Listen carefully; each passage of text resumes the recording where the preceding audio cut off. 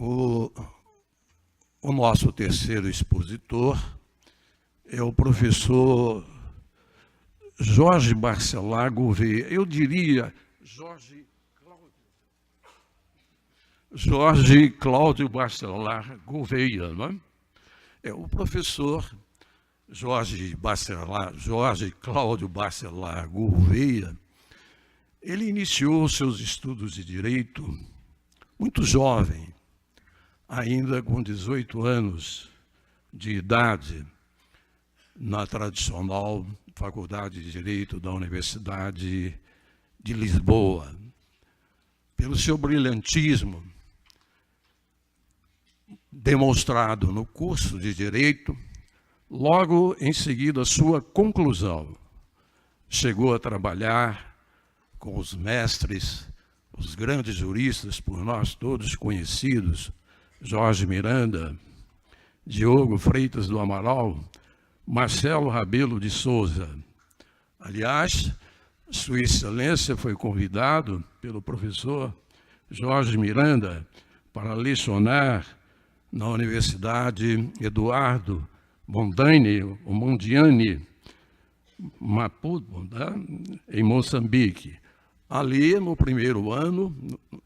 no seu primeiro ano naquele país, ele teve a oportunidade de exercer o magistério com tão absoluto sucesso que foi indicado pelo governo à ONU para indicá-lo como um consultor da Organização das Nações Unidas para a elaboração da legislação local daquele país.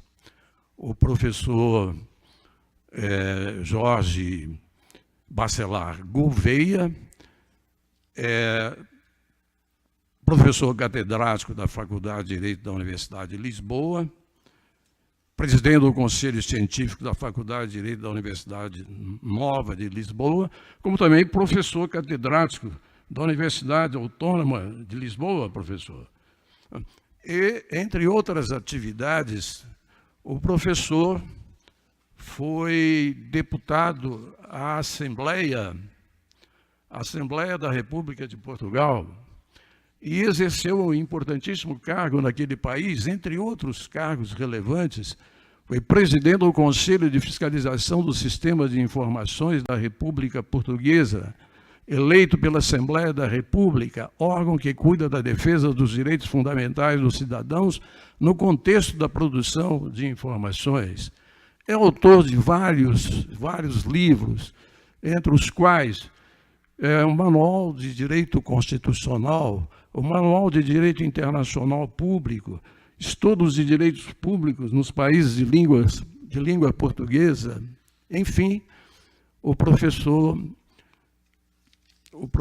Jorge Bacelar tem um currículo que nós não teríamos tempo aqui suficiente para enumerar os elementos que integram este currículo. Então, com muito prazer, nós passamos a palavra ao professor Jorge Bacelar para a sua exposição, que diz respeito ao direito público e crise econômica, a experiência de Portugal e a crise brasileira. Muito interessante esse final, né? A crise brasileira. Vamos ver como Portugal vê a nossa crise, professor.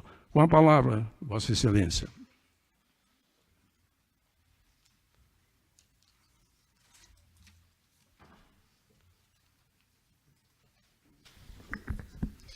Muito boa tarde a todas e a todos. O grande gosto de, uma vez mais, regressar a Belo Horizonte, terra que eu conheço muito bem, e o Estado brasileiro mais próximo de Portugal e aquele que se parece mais com Portugal. Portanto, estando aqui em Minas Gerais, é como se estivesse em Portugal.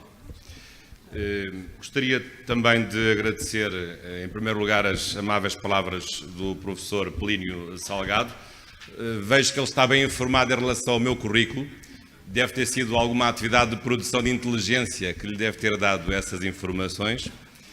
Muito obrigado, Sr. Professor, pela sua generosidade e pelo tempo que realmente perdeu em apresentar o meu currículo. Também gostaria de cumprimentar e de saudar o professor Eurico Betancourt Neto e agradecer-lhe o amável convite para participar neste 10º Congresso Mineiro de Direito Administrativo, aqui em Belo Horizonte, com o subtema, ou com o tema geral, Desafios para a Redução das Desigualdades. Também cumprimento os colegas de painel, que fizeram, aliás, 2 excelentes apresentações. A minha não será certamente tão excelente como aquelas que eles fizeram, e cumprimento por isso o professor Marçal Justino Filho e a professora Maria Silvia Zanella Di Pietro, que conheço bem dos livros, agora finalmente a conheço pessoalmente.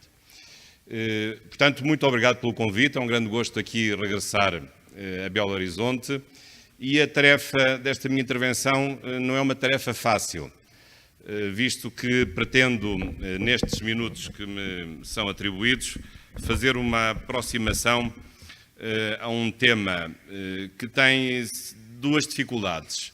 Um tema que é teórico e prático, partir da realidade que todos conhecem, que é a realidade da crise económica brasileira, mas também a crise portuguesa que tivemos e da qual agora nos vamos lentamente libertando, mas também aqui a dificuldade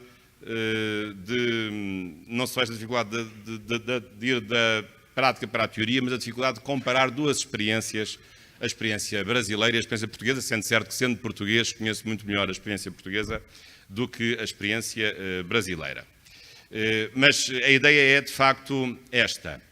Perguntar até que ponto o direito público está preparado para que o Estado e os poderes públicos possam enfrentar uma situação de crise. Porque quando nós estamos em crise, muitas coisas mudam. E porque nós habitualmente vivemos na normalidade. Nós não estamos habituados a viver em crise. Nem gostamos de viver em crise. Nós gostamos é de viver na normalidade. E o direito, a ordem jurídica, do modo geral, está vocacionada para enfrentar as questões da normalidade, do cotidiano, da rotina, se assim entenderem. A rotina é boa, tem o seu lado estável, dá-nos tranquilidade e, portanto, o direito, a ordem jurídica, sendo um conjunto de normas e de princípios, está essencialmente orientado para uma situação de normalidade institucional, normalidade social, normalidade económica, normalidade em várias dimensões. E, portanto, não é fácil, para dizer que é muito difícil, olhar para o direito e encontrar na ordem jurídica, nas suas normas, nos seus princípios, mecanismos que nos possam dar uma resposta a uma situação que seja de crise. Porque o direito tem horror à crise. O direito, por definição, é uma continuidade. O direito não gosta de rupturas. O direito é o direito do cotidiano, é o direito da estabilidade, é o direito da continuidade, não é o direito das rupturas. Não é o direito da exceção, é o direito da regra. E, portanto, é preciso encontrar na ordem jurídica essas respostas por uma razão muito simples, porque o direito não pode ignorar a realidade. O direito não é um sistema utópico que vive pendurado no céu. A ordem jurídica é, por definição, uma ordem jurídica da realidade, de uma realidade concreta, de uma sociedade concreta, com pessoas de carne e osso. E, portanto, a ordem jurídica não pode ignorar que estabelece um dever ser numa sociedade concreta, num tempo histórico que tem a sua historicidade de regular a vida e as relações sociais num certo país, num certo tempo histórico. Ora, por isso mesmo, muitas vezes temos de encontrar na ordem jurídica não apenas a normalidade, que é aquilo que se vê, mas encontrar um lado invisível dessa ordem jurídica, que é uma ordem jurídica alternativa, uma ordem jurídica que, de quando em vez, aparece e nos dá um conjunto de regras que são regras de exceção e não são regras de normalidade. E, portanto, muitas vezes, para fazer face a uma situação de crise, temos de ir encontrar um direito da crise e não um direito da normalidade. Mas raramente esse direito existe. Esse direito pode estar implícito num direito de normalidade e, portanto, o nosso olhar de jurista tem que ser um olhar bem aguçado, temos de ter umas lentes especiais para procurar esse direito da exceção que está por detrás, que está escondido por detrás do direito da normalidade. E este é que é o grande desafio de encontrarmos esse direito. E aqui, quando falo em crise, a crise pode ser de variedíssima ordem. Não estou aqui a referir-me em particular a uma crise de valores ou uma crise cultural, mas estou a referir-me às habituais crises, a crise político-militar, uma invasão estrangeira, um golpe de Estado, uma sublevação, uma crise de ordem pública, uma calamidade social, uma inundação, um terremoto, um tsunami, ou também uma crise de natureza económica. E é essa que nos interessa diretamente. Portanto, quando há uma disrupção, há uma dificuldade de financiamento dos serviços públicos, já ouvimos aqui falar muitas vezes em serviços públicos, portanto, quando há uma redução das receitas públicas para fazer face a um aumento da despesa e, portanto, é necessário que o Estado tome medidas excepcionais para poder manter a sua função social, claro, e estou a referir-me num contexto de Estado social. Portanto, aqui a crise pode ser de variedíssima ordem, mas em particular o que nos interessa neste caso é a crise económica. A verdade é que, se nós observarmos bem a ordem jurídica, encontramos várias respostas dessa ordem jurídica em vários ramos do direito. Eu já me vou referir em particular ao direito público, e em particular ao direito constitucional, mas a verdade é que o direito há muito tempo que tem equacionado a necessidade de responder com medidas excepcionais a situações excepcionais. É isso que nós chamamos o direito de necessidade, o Notrecht, de origem alemã, na expressão alemã. E, portanto, a necessidade cria um novo direito, que não é o direito da normalidade. E isso acontece em vários institutos. Portanto, a ideia de que a necessidade cria um direito alternativo irrompe em vários mecanismos, desde logo na legítima defesa, no direito de necessidade, no direito penal, a legítima defesa do direito de necessidade no direito civil, por exemplo. Isso também sucede no direito administrativo, quando é necessário galgar certas normas, porque há uma urgência administrativa, há um estado de necessidade administrativo para contratar com mais rapidez a necessidade de certos aprovisionamentos de bens e serviços perante uma situação de catástrofe, por exemplo, ou uma situação de crise. E, portanto, essa realidade é uma realidade conhecida, ainda que ela seja contida nas suas expressões e ainda que, de um modo geral, o pensamento jurídico e o pensamento científico tenham horror, não gostem de enfrentar estas situações de exceção, porque elas põem em causa realmente um direito que é um direito que normalmente é visto como um direito da normalidade. Mas, na verdade, essa necessidade existe, e se existe, ela obriga a que as normas que se apliquem sejam também normas que se adaptem a essa mesma situação de necessidade, de exceção, que não é uma situação de normalidade. Se isto é um fenómeno transversal a todos os capítulos do direito, seja o direito público, seja o direito privado, no direito constitucional a questão da crise, seja ela política ou económica ou social, tem uma particular dificuldade, porque nós no direito constitucional estamos a lidar com aquilo que há de mais poderoso, que é o poder do Estado. Não há poder superior ao poder do Estado. E, portanto, quando nós tocamos no poder do Estado, ao regular a situação de crise, corremos aqui o risco de sair de um Estado de Direito para entrar num Estado de não-direito, ou de um Estado esvaziado do seu direito, e corremos o risco de, para resolver uma crise, introduzirmos uma ditadura. E uma ditadura que muitas vezes é de longa duração. E, portanto, é necessário que o direito constitucional e as regras constitucionais se adaptem a circunstâncias de crise, mas é também necessário que essas situações de crise sejam temporárias e que não sejam de tal ordem desestruturadoras da ordem jurídica que haja mecanismos que permitam regressar à situação de normalidade e não tornar um estado de exceção um estado definitivo ou perpétuo. Portanto, esse é que é o grande desafio que se coloca ao direito constitucional, é, no fundo, estabelecer um equilíbrio entre dois valores, ou duas orientações muito importantes, que devem estar presentes. Por um lado, um estado de exceção, poderes excepcionais que sejam eficientes, isto é, que sejam fortes o suficiente para resolver a crise, seja ela económica, política, militar, etc., Portanto, não podemos ter aqui um estado de exceção fraco, mas forte para resolver a crise, ou suficientemente forte para resolver a crise, mas também temos de ter limites a esse poder de exceção para que ele não se transforme numa ditadura perpétua. E, portanto, que não possa ir além daquilo que deve ir para se manter dentro da chamada legalidade constitucional, ainda que temporariamente uma legalidade constitucional transformada numa legalidade de exceção constitucional, o que não significa que não seja do mesmo modo uma legalidade constitucional legítima.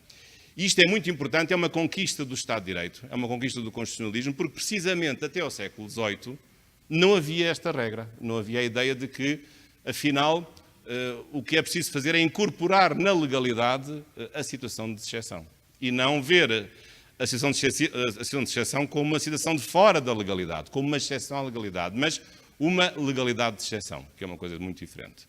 Até ao século XVIII havia dois grandes princípios que eram assustadores, aliás, em nome dos quais muitas ditaduras se perpetuaram. No tempo romano havia um princípio muito importante, embora o direito constitucional romano tivesse algumas coisas interessantes, que era o princípio do salus publica suprema lex. A salvação pública era a suprema lei. E, portanto, se fosse necessário salvar o país, tudo seria possível, incluindo os atos mais bárbaros. Ou então, já agora, um outro princípio que vigorou muito no direito medieval e no direito moderno, que era o princípio segundo o qual necessitas non habet legem. A necessidade não conhece lei ou não tem lei. Ora, precisamente o constitucionalismo veio combater esta situação de encarar a exceção e as medidas de crise, incorporando-as dentro da legalidade constitucional e não deixando que elas fiquem de fora da própria legalidade constitucional. Esse foi realmente um trabalho árduo, continua a ser um trabalho árduo. E, portanto, se nós olharmos hoje às Constituições, um pouco por todo o mundo, verificamos precisamente essa dificuldade, talvez algum paradoxo, de como é que é possível a própria Constituição, que é feita para a normalidade, também ela própria admite autossuspender-se para enfrentar situações de crise, que ela própria prevê, naturalmente, embora muitas vezes as crises não possam ser, à partida, totalmente previsíveis, porque há sempre contornos de imprevisibilidade numa situação de crise. Mas a verdade é que hoje todas as Constituições do mundo têm mecanismos de consagração do estado de exceção. Isso acontece na Constituição portuguesa, como também acontece na vossa Constituição, na Constituição brasileira, com o estado de sítio, o estado de defesa e também, em certo sentido, com a intervenção federal. E, aliás, isto foi todo um caminho que o constitucionalismo percorreu no sentido de ser a própria Constituição a dirigir a situação de exceção e não autorizar que seja ela própria a ser dirigida por fora pelas circunstâncias de exceção. E, portanto, aceitando a existência de uma Constituição de crise e não nunca uma crise da própria Constituição. Mas até aqui está tudo bem, isto não tem nada de especial. O que é que aqui há de novo e que é difícil? O problema é que muitas vezes, ou na maior parte dos casos, ou quase sempre, as Constituições não têm mecanismos para enfrentar a crise económica ou financeira. No caso brasileiro, a intervenção federal, em parte, tem lá uma raiz económica ou financeira, porque pode haver intervenção federal se os Estados federados ou os municípios não pagarem as dívidas à Federação, à União. Portanto, há uma dimensão também económica ou financeira na ruptura, no relacionamento financeiro entre a União e os Estados e os municípios. Mas, regra geral, os mecanismos de exceção que estão previstos nas Constituições, a começar pela portuguesa e várias Constituições europeias, são situações de exceção apenas político-militar, para enfrentar um problema de ordem pública, para enfrentar um problema de invasão estrangeira ou para enfrentar um problema de golpe de Estado, mas não tem mecanismos para permitir resolver um problema que seja de natureza económica ou financeira. E, portanto, a pergunta é, se as Constituições não estabelecem regras de um estado de exceção económico ou financeiro, não se diz que se pode suspender direitos se não houver dinheiro para pagar esses direitos, porque há uma recessão, isso não está escrito em nenhuma Constituição. O problema que se coloca é, mas como é que o Estado pode continuar a pagar direitos sociais se não tem dinheiro para o fazer? Se está em ruptura, se está na bancarrota, como estava, aliás, Portugal, quase, antes da intervenção do FMI e da Troika, em que nos emprestaram, felizmente, 78 mil milhões de euros em 2011. Portanto, a pergunta é, o que fazer se a Constituição não permite nenhum mecanismo que excepcione a validade de direitos ou a aplicação de regras que estão previstas para uma circunstância de normalidade. E a normalidade é o Estado ter dinheiro para pagar os seus compromissos. É o Estado ter realmente condições para suportar a despesa pública. Qual é a solução? É não fazer nada. Se não fazermos nada, o Estado desaparece. Há o desmoronamento completo do Estado. Se não fizermos nada, vem a bancarrota e o Estado desaparece. E de nada vale dizer que se revoga a lei do mercado, porque a lei do mercado não se pode revogar. É uma lei irrevogável, não é uma lei jurídica. Portanto, o que interessa aqui é procurar mecanismos que permitam incorporar na ordem constitucional soluções para enfrentar uma crise, na convicção, claro, de que essa crise é temporária, que pode ser resolvida e que depois se possa mais tarde regressar à ordem constitucional. Num certo sentido, foi esta a grande questão que em Portugal foi debatida durante vários anos. E eu propunha, porventura, aqui três respostas. Claro que a primeira resposta é a resposta mais complexa, mais difícil, ou quase impossível, que é a resposta de rever a Constituição. Introduzir na Constituição mecanismos que permitam suspender temporariamente certos direitos enquanto durar uma situação de crise económica ou financeira. Porque na vossa Constituição, quer na nossa, portuguesa, não se pode suspender direitos porque há uma situação de ruptura no financiamento do Estado. Isso não é possível. E, portanto, se não é possível por essa causa, só se pode suspender direitos quando a causa é uma causa política ou militar, ou é uma causa social de calamidade pública, mas não uma causa económica ou financeira. E, portanto, a solução seria admitir um estado de exceção, um estado de defesa, um estado de sítio que fosse, por exemplo, com uma causalidade económica ou financeira. Mas isso, na prática, revela-se impossível, porque a crise tem que ser resolvida imediatamente, não se compadece com os procedimentos de emenda constitucional e, normalmente, essa emenda nunca seria possível, porque os partidos vão capturar imediatamente essa questão e haverá sempre partidos contra a alteração porque querem aparecer junto à opinião pública como sendo amigos dos cidadãos e não querem que recaia sobre eles o ónus de terem sido eles os autores das normas que permitem a suspensão temporária de direitos de natureza económica e social. Portanto, essa solução, embora sendo teoricamente possível, na prática é inviável. Segunda solução, olharmos para a Constituição como uma ordem jurídica própria, que ela é, e se a Constituição não tem mecanismos de suspensão ou de restrição de certos direitos por causas económicas ou financeiras, deve ter, e há aqui uma lacuna da Constituição. Claro que esta lacuna é uma lacuna mais complexa, porque não é uma lacuna de regulamentação, mas é uma lacuna de exceção. Isto é, a Constituição não tem as normas excepcionais que devia ter. Normalmente nós lidamos bem com o fenómeno das lacunas, quando as lacunas são de normas gerais. Agora, quando as lacunas são de normas excepcionais, é muito mais complicado, porque ainda por cima, neste caso, estaríamos a acrescentar à Constituição normas que não estão lá e que iriam permitir algo que é paradoxal, que é precisamente a suspensão dos direitos que estão lá. Mas é a única solução, porque as normas que fazem suspender os direitos fundamentais em Estado de sítio e Estado de defesa, ou intervenção federal, são normas sempre excepcionais. Se elas já existem, por razões político-militares, porque é que também não hão de existir por razões económico-financeiras? Há uma identidade de razão para que também possa existir esse tipo de fenómenos. Portanto, esta seria uma outra solução, embora admita que esta solução seja mais complexa. Uma terceira resposta pode não passar necessariamente pela Constituição, mas pode ser vista de uma outra forma, sobretudo quando a exceção que se estabelece não tem necessariamente a ver com o Estatuto Constitucional, mas com normas de direito ordinário, porque muitas vezes não há uma divisão absoluta entre aquilo que está na Constituição e aquilo que está na lei ordinária. Isto, sobretudo, em matéria de direitos económicos e sociais, não tanto os chamados direitos de liberdades e garantias, ou os direitos individuais, porque esses, em grande medida, têm um Estatuto Constitucional. Agora, os direitos económicos e sociais dependem razoavelmente da concretização que o legislador e que o administrador possam dar a esses mesmos direitos, que são apenas formulados de uma forma genérica no texto constitucional. Aqui a solução pode ser mais fácil, embora na dogmática dos direitos fundamentais sabem que há uma larga polémica sobre a existência ou não de um princípio de não retrocesso social. Ou seja, se o legislador e o administrador concretizaram certos direitos, muitos entendem que se os direitos foram concretizados com elevado grau de concreticidade, não pode depois haver um retrocesso, não podemos andar para trás, não podemos recuar, retirando direitos que foram atribuídos.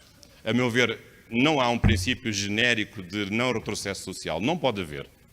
Embora eu admita que certos direitos sociais não podem ser reduzidos a nada por novas intervenções do legislador, sob pena de pôr em causa o grande princípio basilar dos direitos fundamentais, que é o princípio da dignidade da pessoa humana.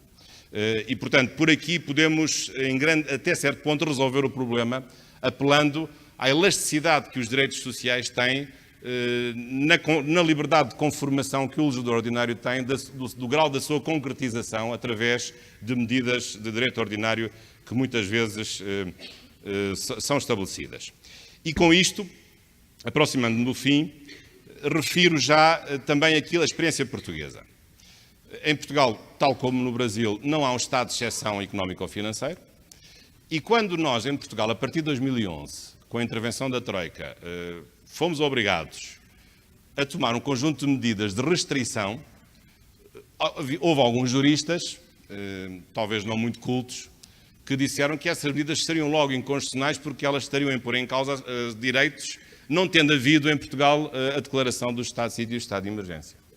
Pois não, nem podia ter havido, porque o estado de sítio e o estado de emergência que nós temos no artigo 19 da Constituição Portuguesa, tal como os vossos estado de defesa e estado de sítio, são estados de exceção político-militar, não são estados de exceção económico-financeira. Portanto, o nosso problema é o vosso problema da ausência de um mecanismo constitucional de resposta a uma crise que é uma crise económico-financeira. Portanto, não se pode responder com mecanismos que só foram pensados para situações de crise e de ruptura política ou militar.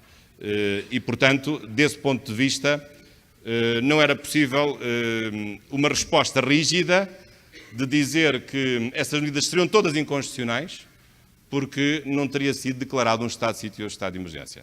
Não foi declarado, nem podia ter sido declarado. Então qual era a resposta? Era dizer que essas medidas não podiam ser tomadas e não recebemos o dinheiro, os 78 mil milhões de euros que recebemos da Troika, do FMI e do Banco Central Europeu. E, portanto, eu, como funcionário público de uma universidade pública, ia para o desemprego, fechávamos os hospitais, fechávamos as escolas, não havia dinheiro para pagar salários. Essa era a realidade. Portanto, a solução era, então, a Troika não dá o dinheiro, porque só dá o dinheiro mediante um conjunto de medidas que o Estado português foi obrigado a tomar e, portanto, nós fechamos o Estado. É esta a resposta? Não pode ser a resposta. Claro que havia medidas que foram tomadas que não implicavam, que não tinham uma dimensão económico-financeira. Por exemplo, nós reduzimos as freguesias, que eram 4.200 para 3.100. Cortámos um quarto das freguesias portuguesas, que é uma unidade administrativa inferior ao município. Nos municípios não mexemos, continuamos a ter apenas 308 municípios em todo o Portugal, continental e insular. Portanto, havia um conjunto de medidas que não tinham uma implicação económico-financeira, mas havia outras que tinham.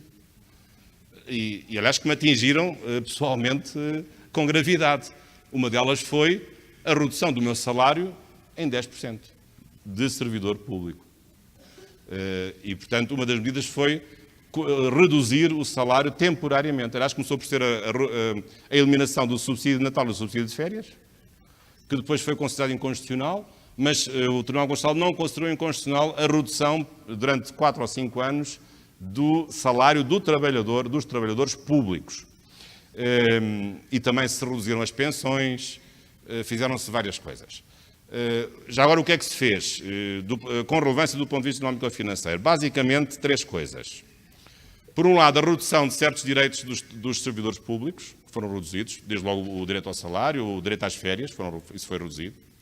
Por outro lado, houve um aumento genérico dos impostos, claro, a via fiscal foi obviamente usada e até com abuso, portanto um aumento brutal dos impostos, com um imposto extraordinário que ainda está a vigorar em Portugal. Aliás, este ano ainda vou pagar esse imposto extraordinário, um adicional extraordinário, portanto a via fiscal. E depois também a terceira via, que foi a redução das subvenções sociais. Por exemplo, o subsídio de desemprego, que era mantido até 18 meses, só passou a ser garantido até 12 meses. E a diminuição do valor do subsídio de desemprego. para além do corte de outras prestações sociais em várias linhas. Portanto, isto prova que foi necessário tomar estas medidas e a verdade é que se nós tivéssemos aqui uma resposta rígida de achar que os direitos sociais ficariam petrificados na legislação ordinária e que haveria um princípio de não retrocesso social, então estes direitos nunca seriam tocados, mas o Estado baquearia na bancarrota dias depois. E, portanto, evidentemente que este resultado é um resultado que prejudicaria toda a administração pública e todo o Estado social. Agora, como é que a questão se colocou do ponto de vista jurídico-constitucional? Claro, e como imaginam, a questão não era só uma questão jurídica, era uma questão política que levava ao debate entre a maioria, um governo maioritário, de PST e CDS, com maioria absoluta no Parlamento, com um presidente favorável, o professor Cavaco Silva, e uma oposição que esgrimia não apenas argumentos de inconstitucionalidade, mas também argumentos de natureza política, da injustiça, das medidas, dos cortes cegos, etc. Um conjunto de argumentos, enfim, o que é próprio para a atividade política e o que é próprio da argumentação política. O que é que o Tribunal Constitucional foi chamado a pronunciar-se diversas vezes? Apesar de tudo, eu acho que o Tribunal Constitucional teve uma atitude equilibrada, não fundamentalista, quer para um lado, quer para o outro. E a dificuldade era total, porque não havia nenhuma norma da Constituição que permitisse a redução temporária ou a suspensão destes direitos, porque, como vos disse, não temos um estado de exceção económico ou financeiro, e, portanto, a pergunta era como resolver este problema do ponto de vista constitucional. Tentando encontrar aqui aquilo que eu na altura chamei muitas vezes uma constituição da crise que não pudesse pôr em causa a própria Constituição. E, portanto, encontrar na Constituição um núcleo que se adaptasse, permitindo certas medidas que só se justificariam numa verdadeira e objetiva crise económico-financeira, mas que numa situação de normalidade, de crescimento e não de recessão, nunca seriam de aceitar numa lógica com uma fundamentação objetiva. Eu julgo que aqui o Tribunal Constitucional fez apelo a três princípios muito importantes. Continuam a ser os grandes princípios do Estado de Direito. O princípio da proporcionalidade, precisamente para observar a distribuição dos encargos conforme a capacidade de cada um, sobretudo em matéria da equidade tributária. O princípio da proteção da confiança, por exemplo, considerando inconstitucionais certas reduções de pensões naqueles que já tinham a pensão atribuída, portanto já tinham direitos adquiridos na vossa terminologia, mas aceitando que esses direitos, que essas pensões pudessem ser muito mais baixas para aqueles que estavam a iniciar a carreira, ou que estavam ao meio da carreira contributiva, por exemplo, ou então também, digamos, ver as coisas à luz do princípio também da própria igualdade. Mas o caminho é um caminho difícil, porque não há normas constitucionais e elas são necessárias para que qualquer juízo que se faça sobre a constitucionalidade possa livrar-se daquilo que na altura o Tribunal Constitucional foi acusado, foi de se meter na política e, sobretudo, argumentar com argumentos de política económica ou financeira quando a sua função não é uma função política nem económica, mas é uma função jurídica e até judicial. Aliás, na altura até alguns juristas disseram coisas extraordinárias. Disseram que o próprio Tribunal Constitucional estava a inventar princípios onde eles não existiam. E a que princípio é que esses juristas se referiam? Ao princípio da proteção da confiança. Claro que esse princípio não está na Constituição, mas está implícito no quê? Na cláusula geral do princípio do Estado de Direito Democrático. E, aliás, sempre foi essa a interpretação, e bem, aliás, do Tribunal Constitucional, desde os primórdios, e, portanto, esses juristas até se ficavam espantados com dizendo o seguinte: como é possível o Tribunal Constitucional considerar inconstitucionais normas com base em princípios que não estão escritos e que não estão na própria Constituição? Ignorância. Os princípios, para existirem, têm que estar escritos em algum lugar? Não. Eles deduzem-se da ideia de direito que está numa Constituição. E, portanto, um princípio para existir não tem que estar escrito. Há princípios que não estão escritos, mas eles existem. Como os anjos, não se vê, mas eles existem. E esses salvaram Portugal e salvaram os portugueses, esses anjos desses princípios. E, portanto, isto prova também, reparem, a dificuldade que nós hoje, e o grau de sofisticação a que atingimos hoje no direito constitucional.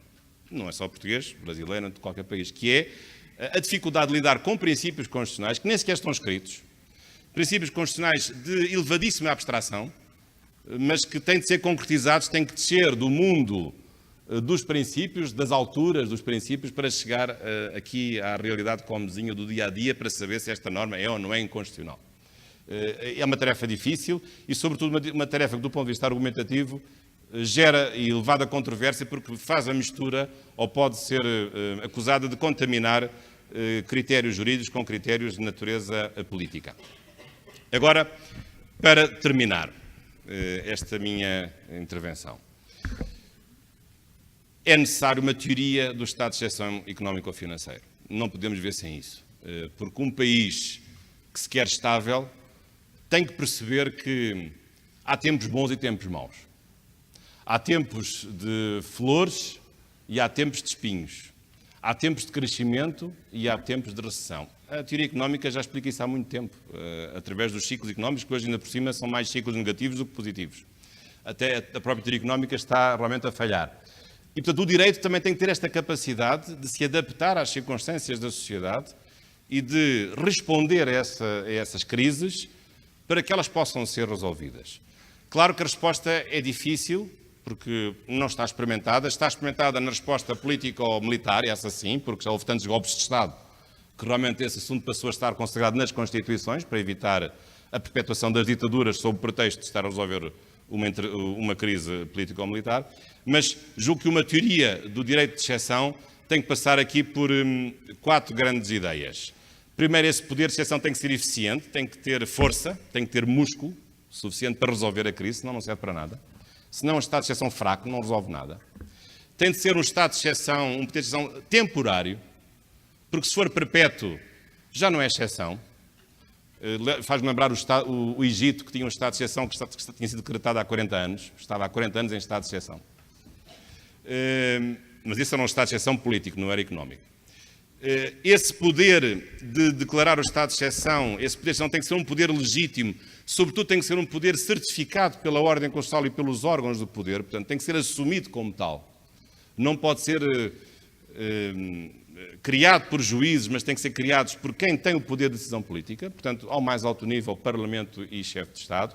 E depois também, mesmo a maior das crises tem limites. E, portanto, há sempre um núcleo mínimo de direitos fundamentais que nunca podem ser postos em causa, por maior que seja a crise económico-financeira ou por maior que seja a crise político-militar. Portanto, admitindo que vários direitos possam ser suspensos, restringidos por circunstâncias económico-financeiras, haverá sempre um núcleo irremissível, o núcleo fundamental de direitos que podemos reconduzir ao núcleo fundamental da dignidade da pessoa humana, que esses serão sempre, em qualquer circunstância de normalidade e também de crise, insuscetíveis de qualquer limitação.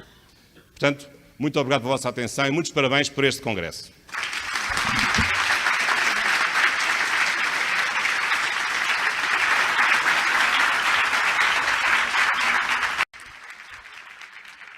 Senhoras e senhores, como informado pelo presidente do Instituto Mineiro de Direito Administrativo, Dr. Eurico Bittencourt Neto, gostaríamos de convidar o Dr. Gustavo Nassif, ex-superintendente da MM, atual secretário da Prevenção da Corrupção e Informações Estratégicas da Prefeitura de Belo Horizonte, para a entrega da Medalha do Mérito Municipalista.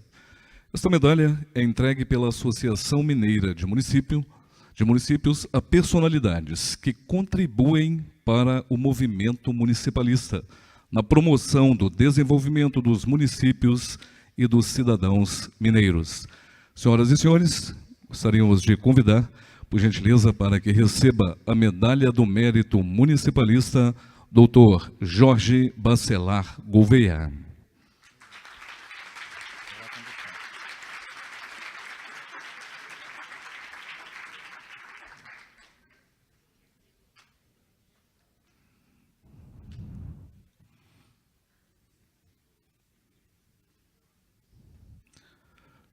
Medalha esta que foi conferida no 34º Congresso Mineiro de Municípios às personalidades que contribuem para o movimento municipalista.